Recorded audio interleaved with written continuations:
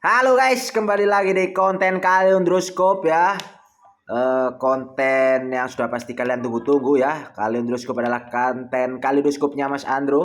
Seperti biasa di konten ini saya akan memberikan kalian info-info terbaru, ilmu-ilmu terbaru dan wawasan-wawasan terbaru yang bisa kalian gunakan untuk contekan ujian nasional sejarah sekolah kalian. Iya, itulah dia.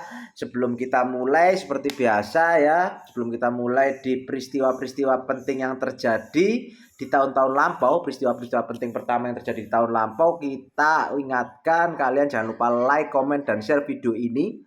Dan juga subscribe channelnya Ausa 666. Jangan lupa nyalakan juga notifikasinya. Biar apa? Biar kita bisa berkembang bersama channel Ausa 666 untuk membangun negeri seperti semen, Holcim, tiga roda, dan merah putih.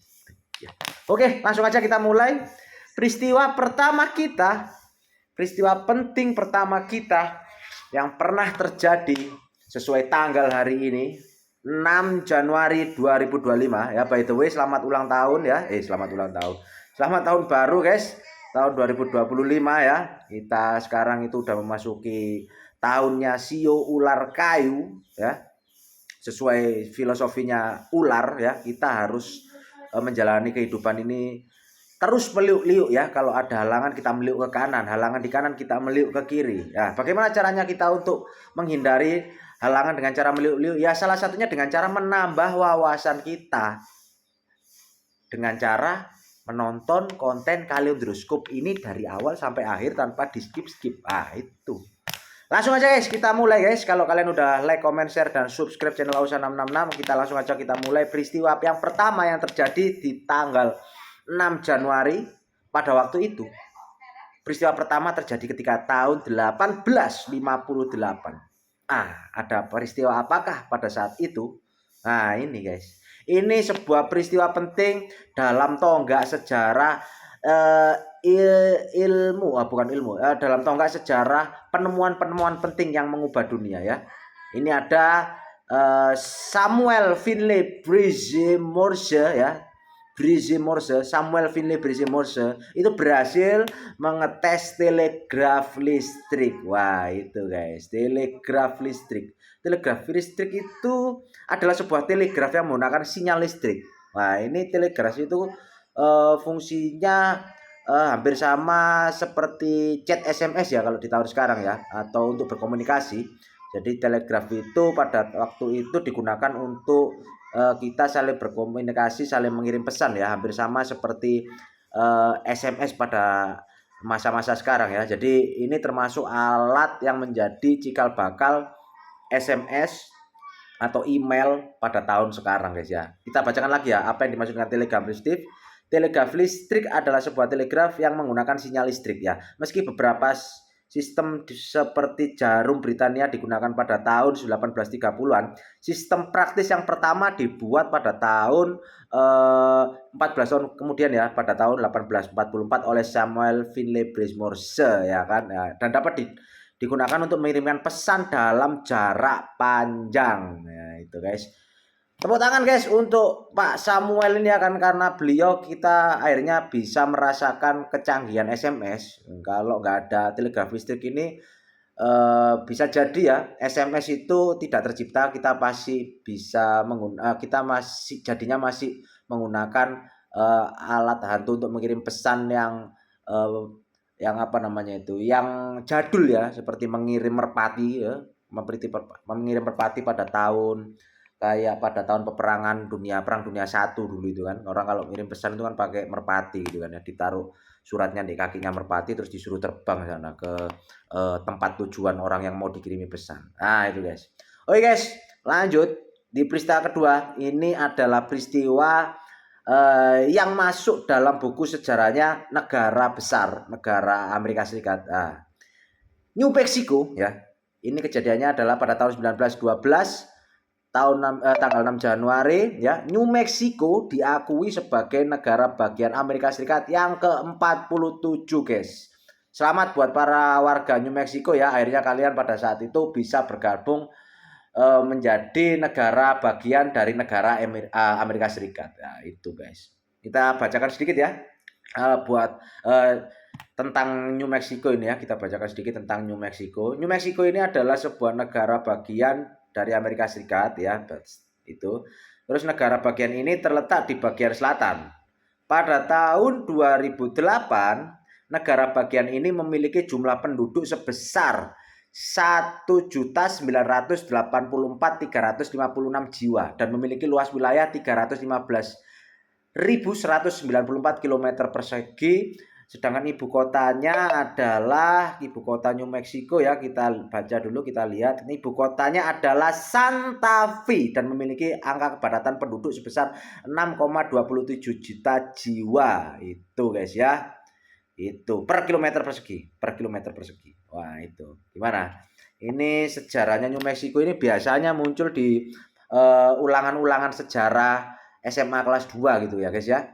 Itu buat kalian yang penonton yang saat ini lagi menduduki bangku kelas SMA ya, apalagi khususnya kelas SMA kelas 2, itu kalian harusnya berterima kasih dengan adanya konten Kaleidoskop ini karena akhirnya kalian bisa mendapatkan ilmu mengenai sejarah dalam negara Amerika Serikat, yaitu tadi New Mexico berhasil diakui sebagai negara bagiannya yang ke-47. Itu guys ya. Kita langsung lanjut ke peristiwa yang terjadi di tahun-tahun selanjutnya ya. Masih tanggal 6 Januari guys ya.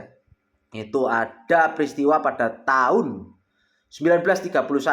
Wah, ini masih kembali lagi kayak di kejadian awal ya. Ini merupakan sebuah sejarah yang tercatat dalam dunia ilmu penemuan, penemuan-penemuan penting dalam dunia itu ya. Apa sih bahasanya itu? Ya, tercatat dalam sejarah penemuan-penemuan penting yang terjadi di dunia. Nah, ini kejadiannya adalah Thomas Alva Edison mengajukan permohonan hak patennya yang terakhir. Nah, itu ya guys. Seperti sudah kita tahu ya, Thomas Alva Edison itu merupakan sebuah penemu yang terkenal dan namanya sering ditulis di buku-buku ilmu pengetahuan, baik mulai dari kelas SD, kelas SMP, kelas SMA hingga kuliah-kuliah ya, perkuliahan ya, dunia perkuliahan. Yang kita bacakan sedikit, Thomas Alva Edison itu adalah pereka cipta atau pencipta ya, dan pengusaha yang mengembangkan banyak peralatan penting. Ia mengembangkan banyak perangkat di berbagai bidang seperti pembangkit tenaga listrik, terus komunikasi massa ya kayak telepon gitu ya, rekaman suara dan gambar bergerak yang jadi cikal bakal untuk teknologi kamera seperti ini. Itu. Kita tadi kejadiannya ya yang saya bacakan sebelumnya itu adalah pada tahun 1931 tanggal 6 Januari Thomas Alva Edison mengajukan permohonan hak patennya yang terakhir. Nah, pertanyaannya permohonan hak paten Thomas Alva Edison yang terakhir itu tentang apa guys ya? Mari kita cari di Google. Mari kita cari permohonan hak paten terakhir Thomas Alva Edison. Itu apa ya guys? Kita lihat, kita cari tahu dulu ya. Ini kita bacakan ya. Thomas Alva Edison mengajukan banyak permohonan paten selama karirnya, termasuk sekitar 500 sampai 600 permohonan. 500 sampai 600 permohonan hak paten guys. Keren. Ini barunya the real suhu penemu. The real suhu of the penemu ya. Ini penemuannya atau hak patennya itu bisa mencapai angka ratusan loh guys ya. Bukan hanya 100, bukan hanya 200, tapi mencapai 500 sampai 600 permohonan. Gila. Ini periode di mana permohonan patennya meroket adalah pada tahun kisaran 1872 sampai 1890 dan periode 1897 sampai 1912 ya. Kita bacakan lagi sedikit ya. Edison mengajukan paten AS pertamanya ya. Thomas Alva Edison itu mengajukan hak paten pertamanya pada 13 Oktober 1868 saat berusia 21 tahun. Saat berusia baru 21 tahun guys. Gila. 21 tahun. 21 tahun itu kebanyakan mayoritas rakyat Indonesia apa yang dilakukan? Masih sibuk di bangku perkuliahan, masih sibuk di skripsi akhir, atau masih sibuk baru masuk bangku perkuliahan. Sedangkan Thomas Alva Edison pada tahun segitu di usia 21 tahun dia sudah mengajukan hak paten untuk penemuan pertamanya, yaitu pada tanggal 13 Oktober 1868. Gila. Salah satu paten bersejarah yang diterima Alva Edison adalah paten untuk bola lampu pada tanggal 27 Januari 1880. Gila guys. Hak paten ini mewujudkan prinsip lampu pijar atau yang membuka jalan untuk penggunaan lampu-lampu listrik ya, kayak lampu-lampu buat rumah itu ya, rumah tangga gitu. Gila guys. Penemuan terakhir Thomas Alva Edison itu apa ya? Kita cari. Ini tadi masih belum ketemu ya guys ya. Kejadian penting pada tahun 1931 itu Thomas Alva Edison mengajukan hak permohonan apa ya? Thomas Alva Edison, kita cari kata kuncinya Thomas Alva Edison, hak paten. Thomas Alva Edison hak paten tahun berapa ini tadi? Hak paten tahun 1931 guys. Sabar. Kita cari dulu 1931 hak patennya Thomas Alva Edison pada tahun itu apa ya? 1931 apa ini guys? Bentar guys, sabar. Oh, nggak ketemu ya guys, Thomas Alva Edison ini penemuannya yang terakhir apa ya? Penemuan terakhir. Kita coba cari pakai kata kunci penemuan terakhir Thomas Alva Edison guys ya. Aku penasaran guys, penemuan terakhir Thomas Alva Edison pada tahun 1931 itu apa sih? Penemuan terakhir, paten terakhir apa? Paten terakhir apa?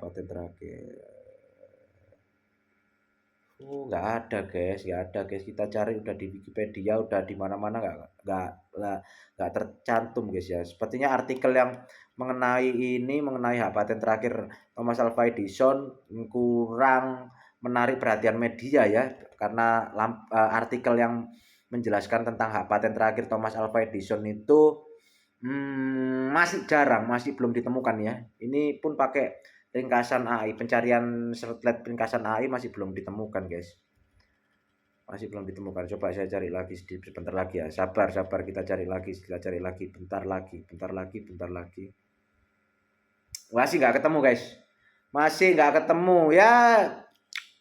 Tahu bagaimanapun hak paten terakhirnya Thomas Alva Edison itu tentang apa, kita nggak masalah, kita tidak terlalu mempedulikan itu. Yang penting kita tahu Thomas Alva Edison berhasil selama masa hidupnya itu berhasil mendaftarkan hak patennya itu ada 500 sampai 600 hak paten ya. Tepuk tangan untuk Thomas Alva Edison. Itu pengetahuan yang itu aja udah cukup penting, sangat penting bagi kita guys ya. Gitu guys. Ya. Gimana? Selama 13 menit ini kalian mendengarkan konten Kaleidoskop ini gimana? Sudah mendapatkan banyak wawasan penting baru kan? Perihal peristiwa-peristiwa penting kan? Tentang sebuah sejarah, peristiwa penting yang pernah terjadi di masa lalu, ya kan? Sudah pasti dong. Maka dari itu kalau kalian benar-benar sudah mendapatkan insight dari konten ini, ya kalian tolonglah guys, jangan lupa like, komen, dan share konten Kaleidoskop ini, dan jangan lupa juga subscribe channelnya Ausa666 dan juga nyalakan notifikasinya. Karena apa? Karena kita di sini pasti akan berkembang bersama untuk membangun negeri seperti semen Holcim itu, ya kan?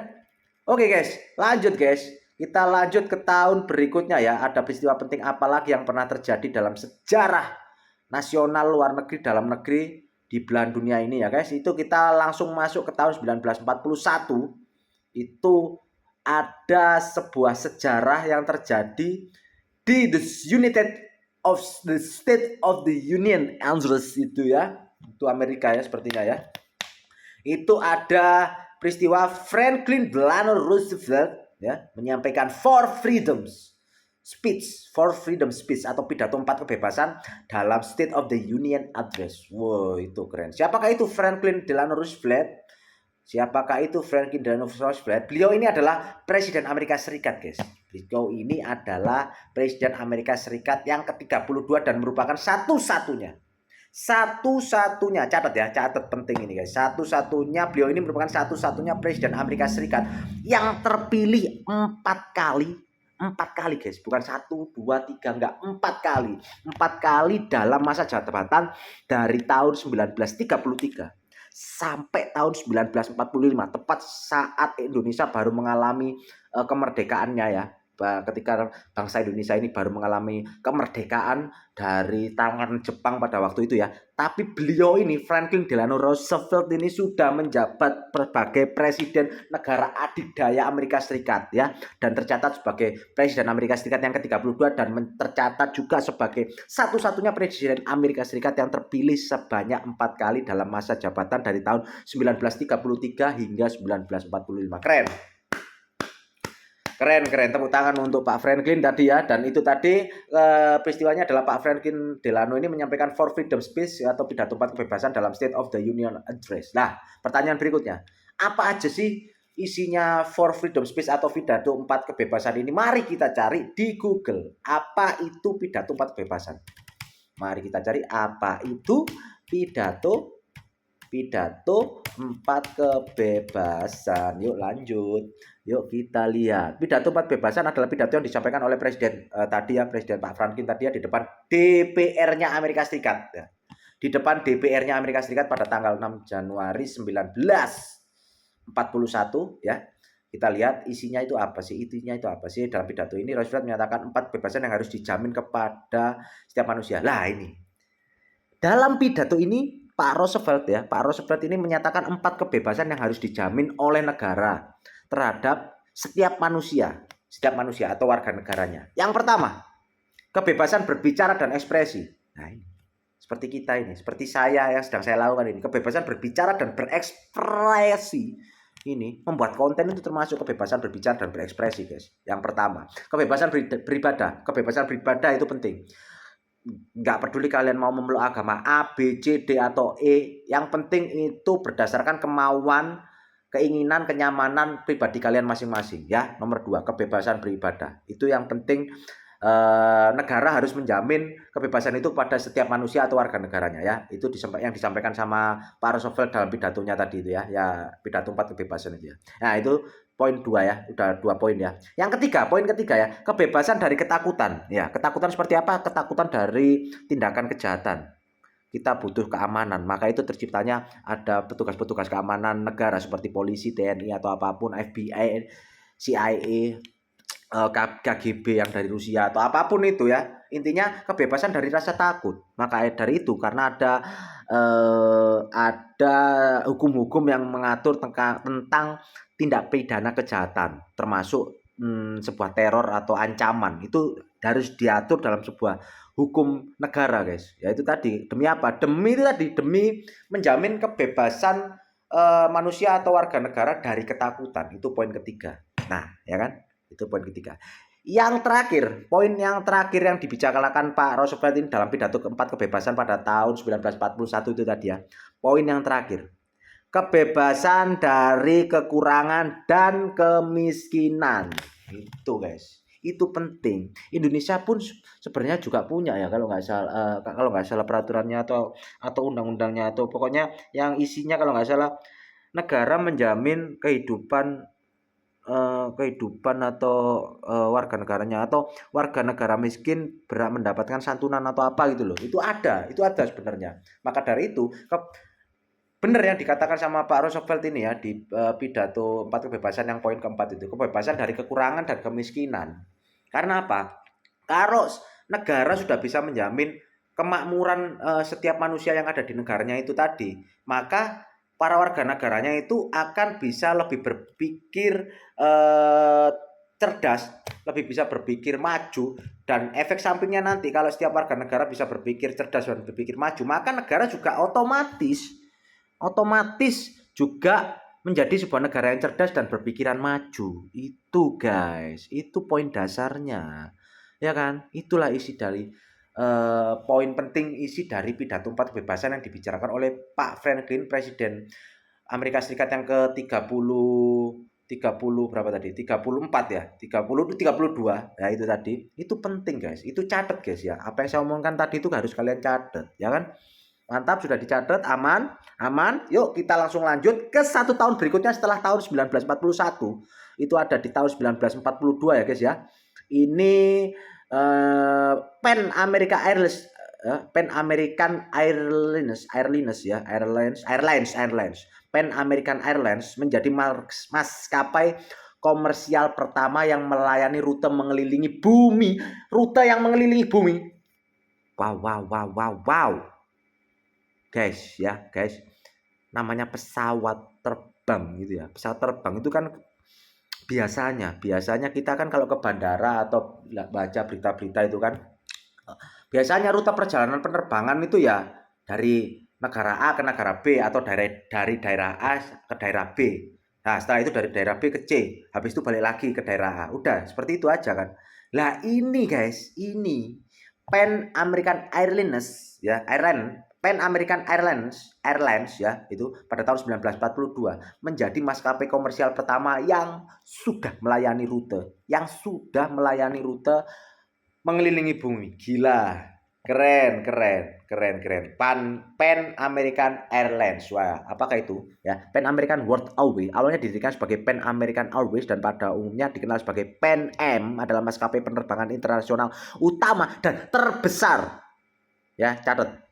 Ini tadi ya, Pan American World Airways yang awalnya didirikan sebagai Pan American Airways dan biasanya pada umumnya dikenal sebagai Pan Am, itu adalah sebuah maskapai penerbangan internasional utama dan terbesar serta maskapai penerbangan luar negeri tidak resmi Amerika Serikat selama sebagian besar abad pada waktu itu. Wah, ini maskapai komersial pertama ini yang sudah bisa melayani rute mengelilingi bumi. Keren buat Pan American ini tadi ya, keren. Tepuk tangan. Kita langsung lanjut ke peristiwa penting berikutnya pada tahun 1950, masih di tanggal yang sama ya, sesuai dengan jadwal upload tayang video ini ya, yaitu tanggal 6 Januari guys, 6 Januari 1950. Ini ada peristiwa penting dalam sejarah beberapa negara guys ya. Yang pertama tercatat dalam sejarahnya Britania Raya, terus tercatat dalam sejarahnya Republik Rakyat Tiongkok, dan tercatat sebagai dua. Tercatat dalam sejarah dua negara, yaitu negara Britania Raya dan negara Republik Rakyat Tiongkok. Itu guys ya. Ini adalah sebuah kejadian penting ya. Kita bacakan itu. Britania Raya mengakui kedaulatan Republik Rakyat Tiongkok sehingga Republik Tiongkok memutuskan hubungan diplomatiknya.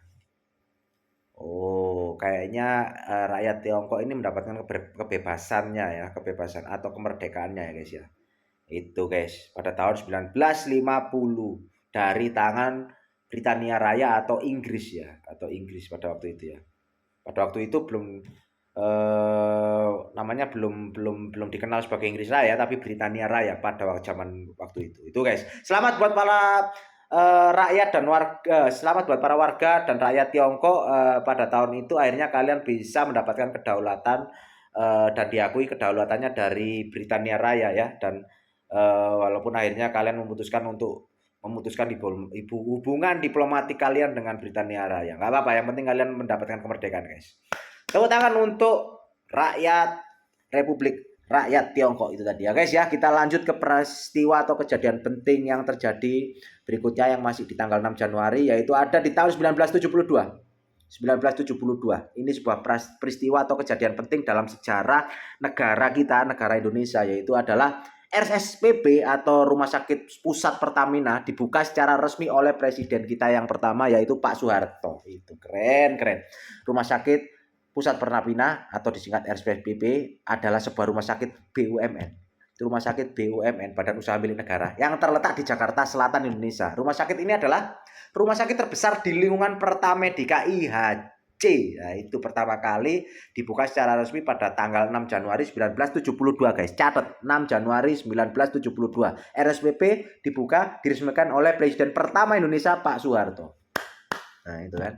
Gimana guys? Sampai sini gimana? Banyak sekali toh info-info yang bisa dijadikan kalian dapat insight yang sangat maksimal kan dalam konten kalian Droscope hari ini ya.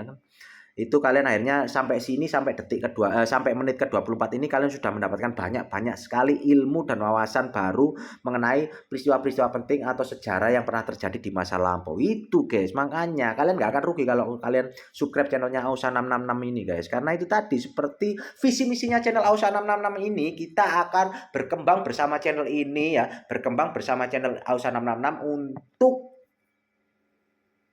untuk apa? Untuk berkembang membangun negeri seperti slogannya Semen Holcim. Itu. Mantap. Lanjut guys. Kita masih ada 2 peristiwa penting lagi guys. Masih ada 2 peristiwa penting lagi. Langsung mulai. Langsung. Yang pertama terjadi di tahun 1996 tanggal 6 Januari. Masih tanggal 6 Januari guys ya. Ini guys. Ini sebuah peristiwa penting dalam sejarah dunia pertelevisian di Indonesia guys. Kalian tahu yang namanya Komeng, yang uhui. Nah itu, ini guys, ini 6 Januari 1996, Star Vision Plus, salah satu rumah produksi dunia entertainment ya, rumah produksi dunia entertainment itu memproduksi serial atau sitkom komedi spontan, yang sempat melejitkan namanya Komeng dan beberapa komedian lainnya itu ya guys ya.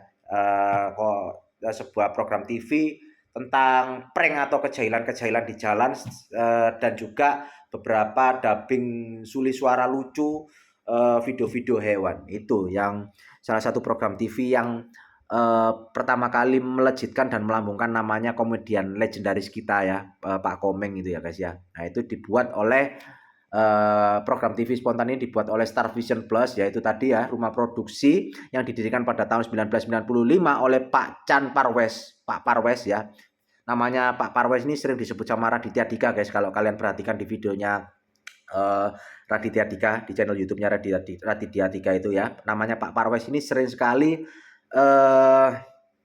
disebut-sebut, yaitu karena beliau ini memang salah satu tokoh penting dalam dunia industri film bioskop ya, dan dunia industri pertelevisian di Indonesia. Ya itu tadi, Star Vision Plus ini merupakan salah satu rumah produksi yang didirikan oleh Pak Parwes ini ya guys ya. Nah itu tadi. Dan juga ingat ya, dicatat pada tanggal 6 Januari itu tahun 1996 itu sitkom atau program TV sitkom spontan itu pertama kali dibikin gitu. Ya kan? Mantap guys. Kita langsung masuk ke peristiwa kejadian penting dalam sejarah dunia ini ya guys ya. Peristiwa yang terjadi dalam sejarah dunia penting, ya apa sih ngomong itu ya, peristiwa penting yang terjadi dalam sejarah dunia maksud saya itu ya. Peristiwa terakhirnya ini ada pada tahun 2020, itu ada berita yang peristiwa yang sedikitnya nggak terlalu tragedi tapi kurang menyenangkan bagi para penggemarnya atau bagi para penikmatnya. Itu ada dari berita dari Korea Selatan guys ya. Kita bacakan ya. Grup musik asal Korea Selatan yang dibentuk dari acara Produce X101 yaitu X1 itu resmi dibubarkan. Sayang sekali guys ya. X1 itu merupakan grup vokal pria asal Korea Selatan yang dibentuk oleh CJ ENM melalui acara kompetisi realitas Mnet yang yaitu Produce X101. Grup ini terdiri dari 11 anggota, yaitu bla bla bla bla bla bla 11 anggota orang ya. Sayangnya pada tanggal 6 Januari 2020 ini grup X1 ini resmi dibubarkan guys. Sayang sekali guys.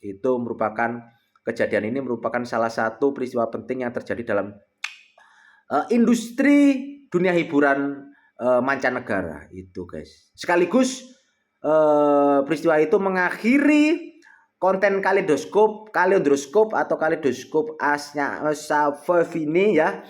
Saya ulangi lagi.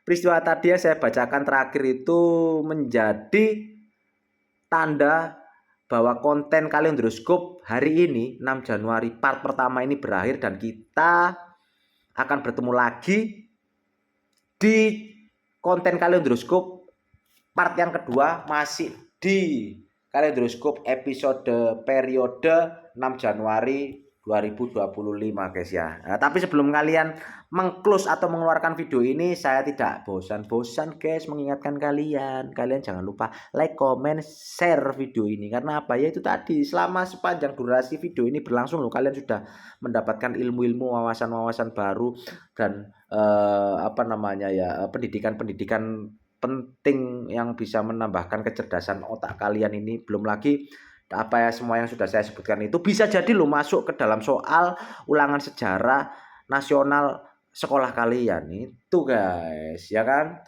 Sangat keren konten Kalendroskop ini ya guys ya, sangat-sangat mendidik, sangat-sangat mendidik.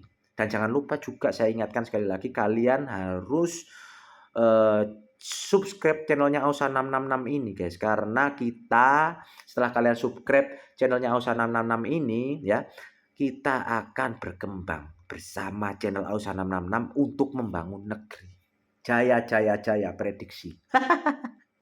Oke guys, terima kasih sudah menonton video Kalendroskop hari ini. Yang part 1 sebentar lagi yang part 2 akan segera tayang, ditunggu aja. Akhir kata, assalamualaikum warahmatullahi wabarakatuh. Selamat melanjutkan aktivitas kalian lagi. Dan jangan lupa subscribe, like, komen, dan share. Mantap. Spontan.